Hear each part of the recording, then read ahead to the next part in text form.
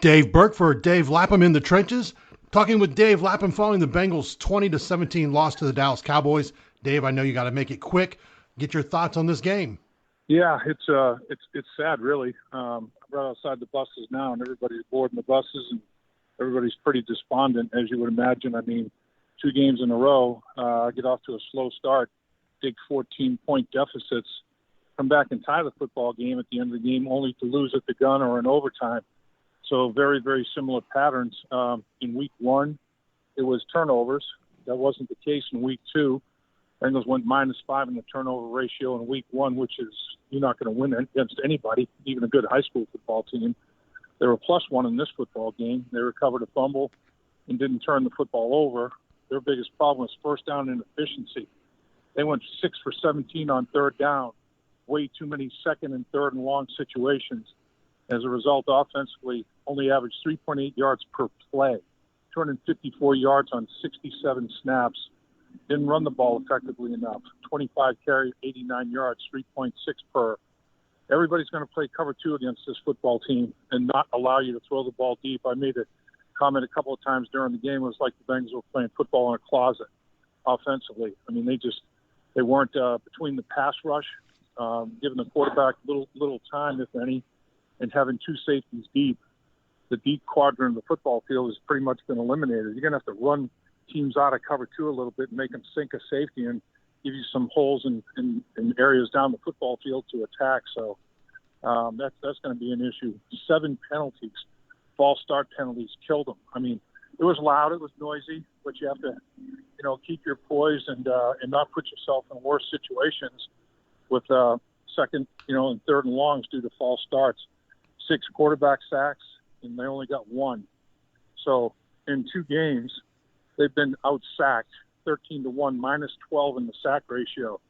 That's going to kill you in close football games. That kind of field position, when you lose that many yards in your passing game due to quarterback sacks, that's not going to help you in tightly contested football games. So, that's some of the problems, some of the reasons, some of the problem areas. They only got in the red zone. They didn't run a red zone snap until they get down there in the one drive and ended up scoring, and then converted the 2-point conversion. So they were effective once they got there, but they couldn't get there.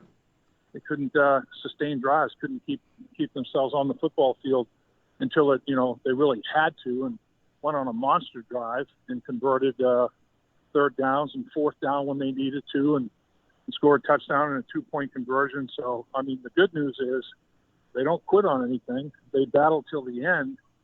But the bad news is they put themselves in holes and don't play consistently well enough, get a lead and play with a lead. With a quarterback like Cooper Rush, you'd want to put him in a situation where he'd feel like he had to make plays to keep his football team in the game or to bring them from behind.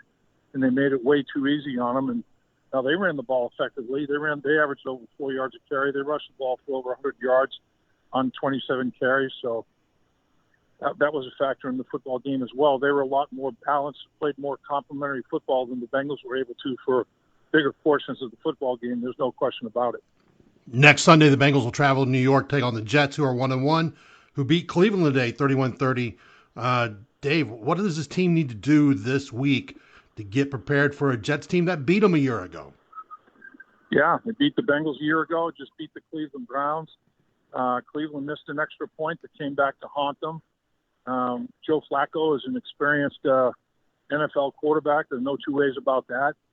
So yeah, they're just going to have to, go to work and remedy some of the issues that they're currently dealing with. And the biggest thing is, I think, being very, very consistent in terms of running the football and making teams, have to defend that so they can play action pass and be a lot more effective on first and second down. This first and second down inefficiency, first down inefficiency today really killed them. So they're going to have to operate much more efficiently on first down, be a little bit more balanced on first down, and take care of the football. You don't want to go on the road and turn it over, and they didn't. They didn't turn it over at all. That's what kept them in the football game. They're going to have to go to New York and do the same thing and come out with the first victory of the year. That's for sure. You talked about this team needs to run the football. Joe Mixon, 19 carries, 57 yards, 3 yards a carry, just does not cut it with, like you said, defenses have geared up for what Joe Burrow and this offensive attack brings. How can Joe Mixon get this thing started? Because it wasn't a good week for him in week one as well. Yeah, well, it's not just Joe Mixon. I mean, they got to give him some running lanes. If you're playing cover two, you're stopping the run with 7 in the box, and you have to be able to run the football with some sort of consistency and some kind of efficiency when there's only 7 players in the box. You're gonna have to make them decide to drop a safety, put an 8th player in the box to stop Joe Mixon, and until they can get that done, they're going to play cover 2 until the cows come home. Everybody's going to play cover 2. That's obviously what's given them a lot of problems now, keeping those safeties deep and not. They'll be damned if they have the ball thrown over their head.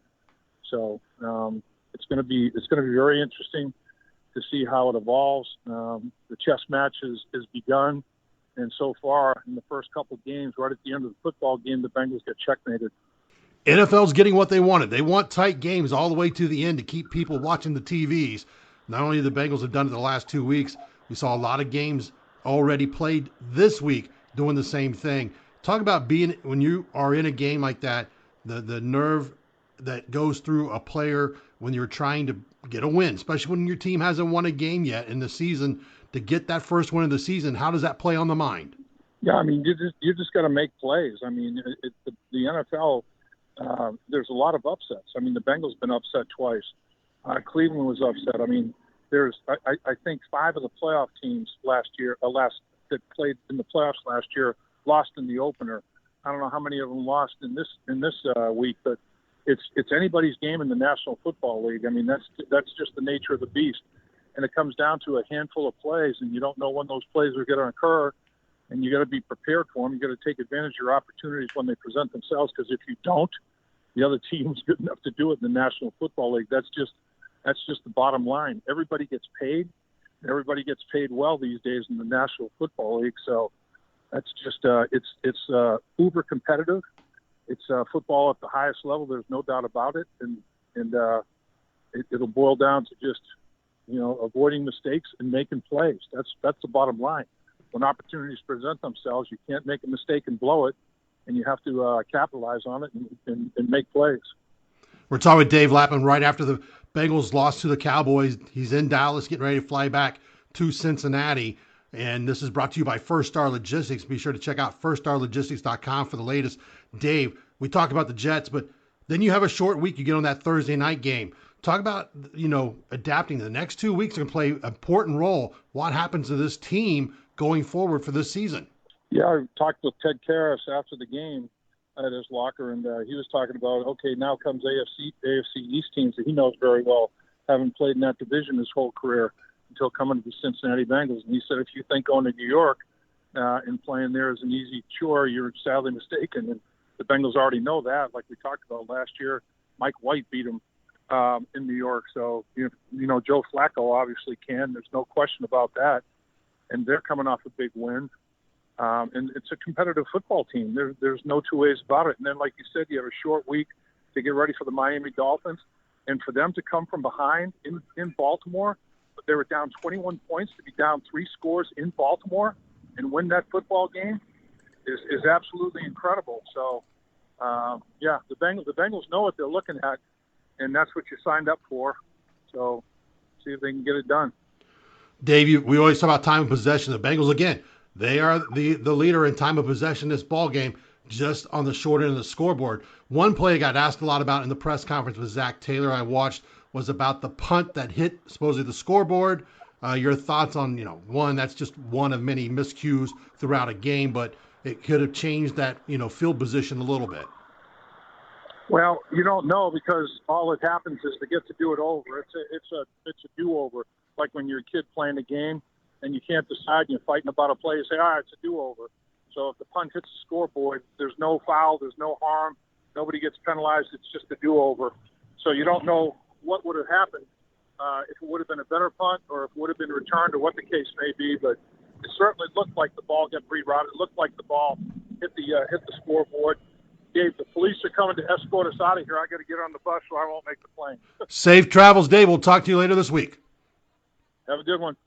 At First Star Logistics, we're a very strict company that really puts the pressure on our employees.